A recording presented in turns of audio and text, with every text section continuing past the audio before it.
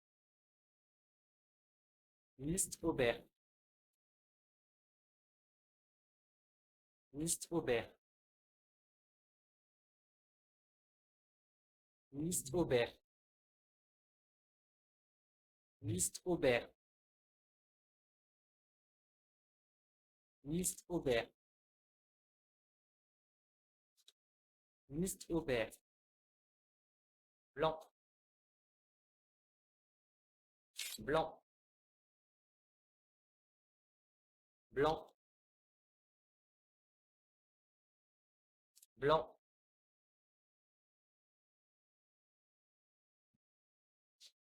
Ministre Aubert.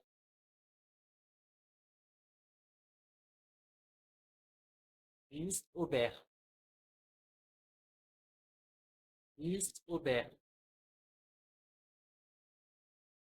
Ministre Aubert. Ministre Aubert. Ministre Aubert. Ministre Aubert. Ministre Aubert. Ministre Aubert. Ministre Aubert.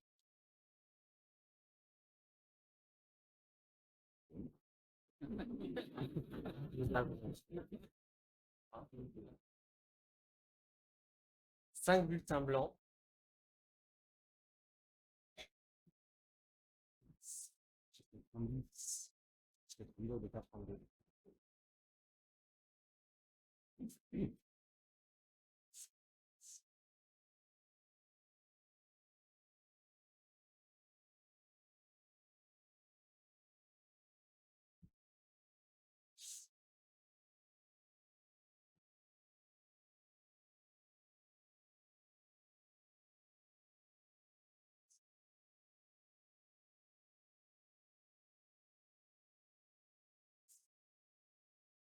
Vingt-sept voix pour la liste de blanc.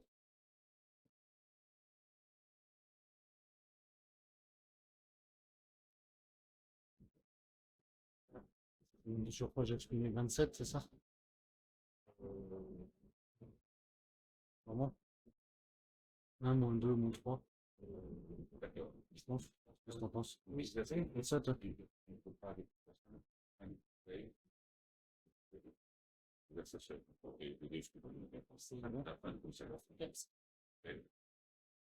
Voilà, merci.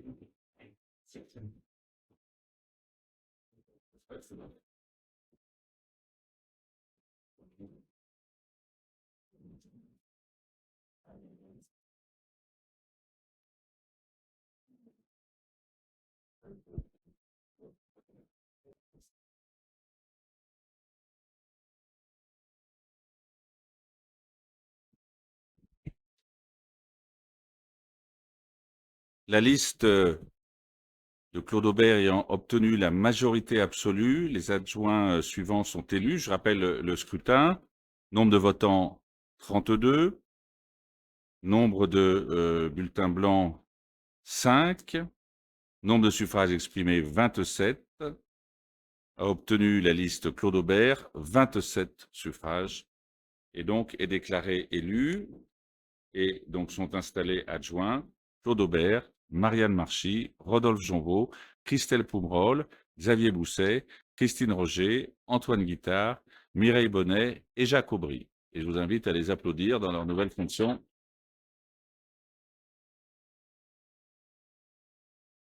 Et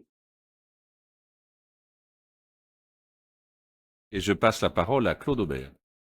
Bien, chers collègues, je ne serai pas aussi lent que Thomas, parce que j'ai pas le verbe de Thomas, mais simplement, c'est pour le taquiner comme toujours. Non, je voudrais déjà remercier tous les Chamaliérois et les Chamaliéroises d'avoir voté pour nous. Donc, on a fait effectivement un très beau score, près de 70%.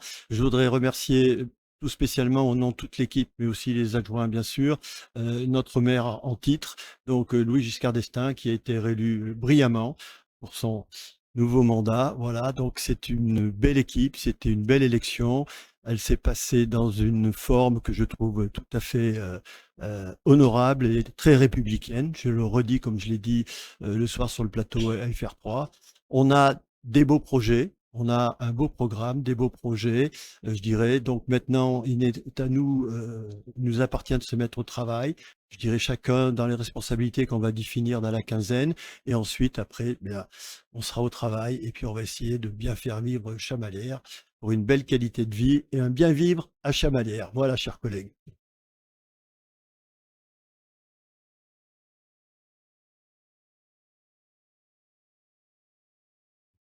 Alors, il nous reste le rapport numéro 4 que nous devons examiner aujourd'hui même, puisque c'est une obligation de ce premier conseil, c'est de statuer sur le statut des postes de collaborateurs de cabinet.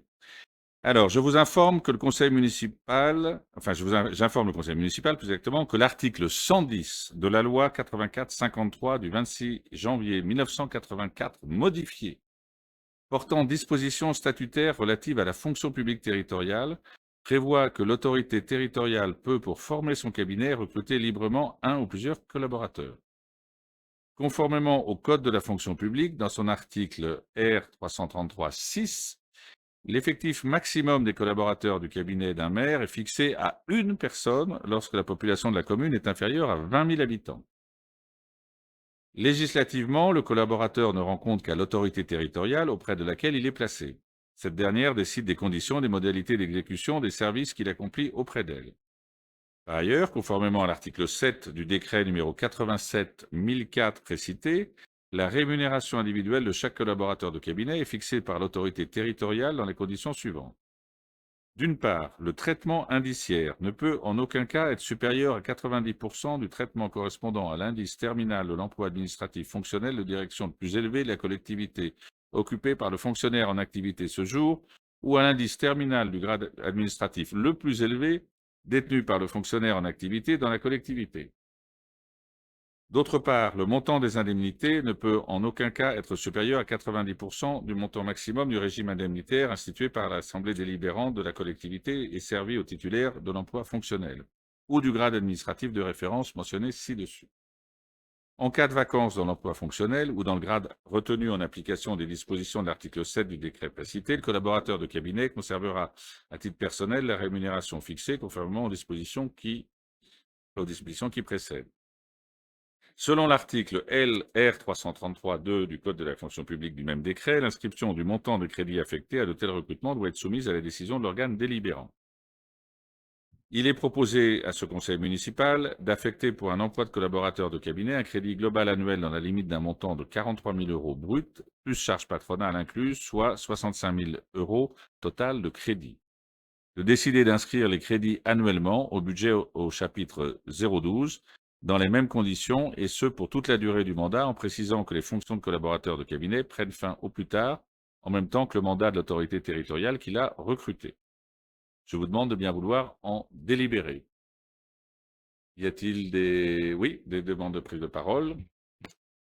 Merci, monsieur le maire. Sur cette délibération, c'est un poste tout à fait particulier que celui de collaborateur de cabinet, mais c'est celui qui est finalement pour le groupe d'opposition notre interlocuteur privilégié. Il y a bien sûr le directeur général des services, mais également, mais c'est vraiment naturellement, notamment pour voilà l'exercice courant de notre mandat d'opposant, notre interlocuteur. Donc du coup, compte tenu voilà de son utilité, de son rôle qui sont parfois incompris, nous voterons favorablement cette délibération. Merci, merci Thomas de cette intervention. Effectivement, c'est un poste qui peut être une interface utile entre le maire et l'ensemble des élus, y compris des autres formations que celle de la majorité. Et c'est une bonne chose et merci de l'avoir souligné. Donc, je mets aux voix cette délibération. Y a-t-il des oppositions? Y a-t-il des abstentions? Je n'en vois pas, je vous remercie. J'ai maintenant une obligation qui est de vous faire, de vous lire la charte de l'élu local. Alors, vous l'avez, normalement, elle est sur table. Je crois qu'elle a été remise sur table. Mais pour être en conformité avec les dispositions légales, nous allons en prendre connaissance tous ensemble. Donc, Article L 1111, alinéa 12 du Code général des collectivités territoriales. Les élus locaux sont les membres des conseils élus au suffrage universel pour administrer librement les collectivités territoriales dans les conditions prévues par la loi, ainsi que les élus des arrondissements de la ville de Paris et des communes de Lyon et de Marseille. Tout mandat local se distingue d'une activité professionnelle et s'exerce dans des conditions qui lui sont propres. Il se traduit par des droits et des devoirs prévus aux articles L 1111 alinéa 13 et L 1111 alinéa 14. Ces dispositions constituent ce qu'on appelle la charte de l'élu local. Donc le fameux article L 1111 alinéa 13. Dans l'exercice de son mandat, l'élu local s'engage à respecter les principes de liberté, d'égalité, de fraternité et de laïcité, ainsi que les lois et les symboles de la République. L'élu local exerce ses fonctions avec impartialité, diligence, dignité, probité et intégrité. Dans ce cadre, il poursuit le seul intérêt général, à l'exclusion de tout intérêt, qu'il lui soit personnel, directement ou indirectement, ou de tout autre intérêt particulier. L'élu local veille à prévenir ou à faire cesser immédiatement tout conflit d'intérêts réprimé par la loi. Lorsque ses intérêts personnels sont en cause dans les affaires soumises à l'organe délibérant dont il est membre, l'élu local s'engage à les faire connaître avant le débat et le vote. L'élu local s'engage à ne pas utiliser à d'autres fins les ressources et les moyens mis à sa disposition pour l'exercice de son mandat ou de ses fonctions. Dans l'exercice de ses fonctions, l'élu local s'abstient de prendre des mesures lui accordant un avantage personnel ou professionnel. L'élu local participe avec assiduité aux réunions de l'organe délibérant et des instances dans lesquelles il a été désigné. Issu du suffrage universel, l'élu local est et reste responsable de ses actes pour la durée de son mandat devant l'ensemble des citoyens de la collectivité territoriale, à qui il rend compte des actes et des décisions pris dans le cadre de ses fonctions. L'élu local déclare dans un registre tenu par la collectivité territoriale les dons, avantages et invitations d'une valeur qu'il estime supérieure à 150 € dont il a bénéficié en raison de son mandat. Ne sont pas soumis à cette obligation déclarative les cadeaux d'usage et les déplacements effectués à l'invitation des autorités publiques françaises ou dans le cadre d'un autre mandat électif. Article L 1111 alinéa 14. Les élus locaux peuvent bénéficier du versement d'une indemnité pour l'exercice effectif de leurs fonctions électives et de la prise en charge des frais exposés dans ce cadre dans les conditions prévues par la loi. Les élus locaux sont affiliés pour l'exercice de leur mandat au régime général de la sécurité sociale dans les conditions définies à l'article L 382-31 du Code de la sécurité sociale et à des régimes spéciaux définis par le présent Code. Les élus locaux bénéficient à l'occasion de leurs fonctions d'une protection organisée par la collectivité territoriale conformément aux règles fixées par le Code pénal, les lois spéciales et le présent Code. Le droit à la formation est reconnu aux élus locaux. Il s'exerce dans des conditions fixées par le présent Code. Toute personne titulaire d'un mandat local bénéficie, dans des conditions prévues par la loi, de garanties accordées dans l'exercice du mandat et à son issue, et permettant notamment de concilier celui-ci avec une activité professionnelle ou la poursuite d'études supérieures. Tout élu local peut consulter un référent déontologue chargé de lui apporter tout conseil utile au respect des principes mentionnés à l'article L 1111 alinéa 13. Un décret en Conseil d'État détermine les modalités et les critères de désignation des référents déontologues. Voilà, donc ceci, je vous en ai donné lecture. Nous aurons l'occasion de revenir sur certains aspects lors des prochains conseils municipaux. Il y aura aussi, bien sûr, la question du règlement intérieur que nous revaliderons pour le prochain mandat, pour le nouveau mandat.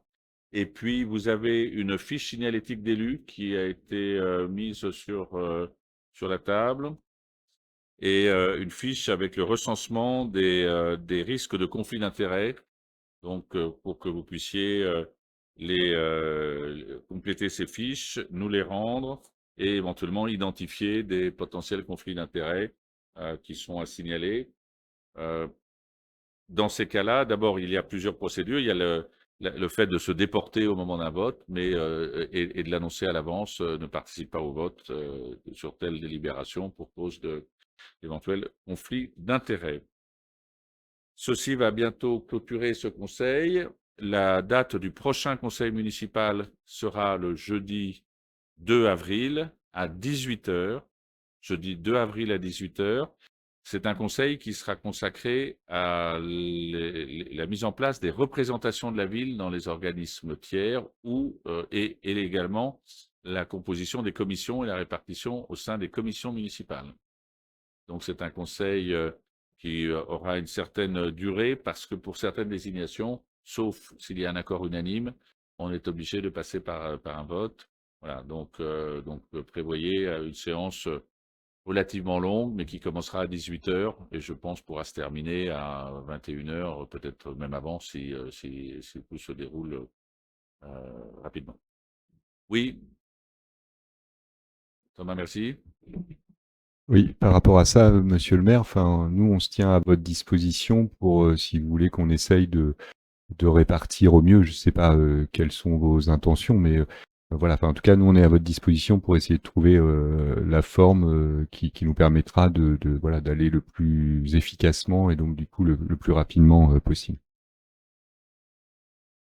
Oui, merci beaucoup. Nous avons effectivement comme objectif peut-être de réduire le nombre de commissions, de passer de 6 à 5 commissions, hors commission des finances, hein, je parle des commissions, pour essayer de peut-être de réduire un tout petit peu le nombre de commissions et donc par définition de réunions de commissions. Donc si on peut arriver à cet objectif, et puis bien sûr, ça voudra dire que nous devons rapidement pouvoir vous communiquer avant le conseil du 2 avril je dirais les champs de compétences des commissions et pour vous permettre de vous répartir dans les commissions en question. Oui, Claude. Oui, pour répondre à Thomas, donc en tant que responsable du groupe de la majorité municipale, moi je suis à ta disposition, Thomas, au courant de semaine prochaine, hein, ou tout début de la semaine d'après. Je dirais, on a prévu de définir le périmètre des commissions, le nombre et le périmètre en tout début de semaine prochaine, de façon à ce que les uns et les autres puissent se positionner sur les commissions. Voilà.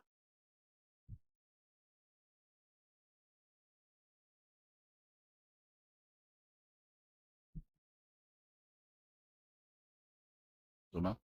Oui. Merci, monsieur le maire. Je me permets une question diverse. Un article de presse est paru dans l'après-midi. Il concerne un des conseillers de cette assemblée.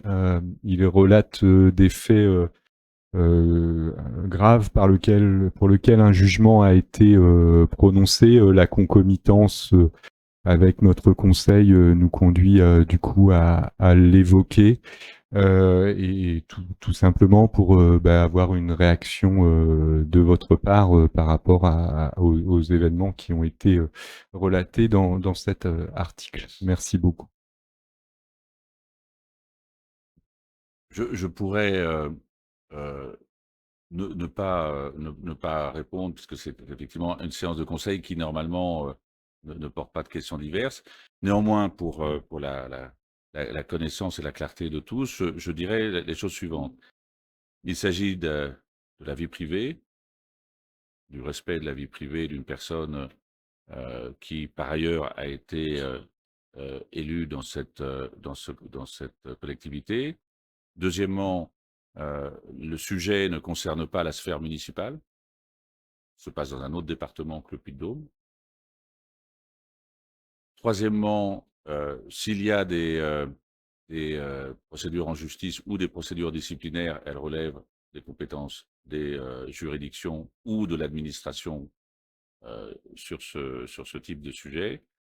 Et dernier aspect, il s'agit d'un problème qui concerne individuellement un élu et ce sera à lui d'en tirer les conséquences par rapport à son statut d'élu municipal. Voilà ce que je voulais dire et apporter comme réponse ce soir. Merci et la séance est levée.